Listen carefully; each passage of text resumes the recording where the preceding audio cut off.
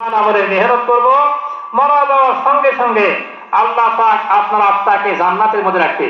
অন্য আয়াতের মধ্যে আল্লাহ পাক বলেছেন লায়াযুকান্নাহুমুল্লাহু রিজকান হাসানা, তারা ঈমান আনবে, নেক আমল করবে।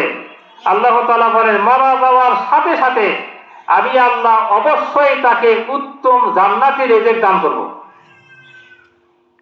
মারা যাওয়ার সাথে সাথে আমার আত্মা জান্নাতি রিজিক ব্যবহার করবে। অবশ্যই অবশ্যই আমি আল্লাহ তাকে তার পছন্দনীয় ঠিকানা জান্নাতের ঠিকানা দান করব। তাই নেককার ব্যক্তিকে আল্লাহ পাক উত্তম রিজিক দান করবে, উত্তম ঠিকানা জান্নাত দান করবে।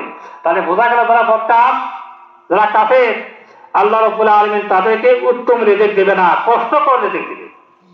আল্লাহ তাআলা তাদের ঠিকানা উত্তম ঠিকানা দেবে না, জাহান্নামের ঠিকানা দেবে। তা আমি আপনি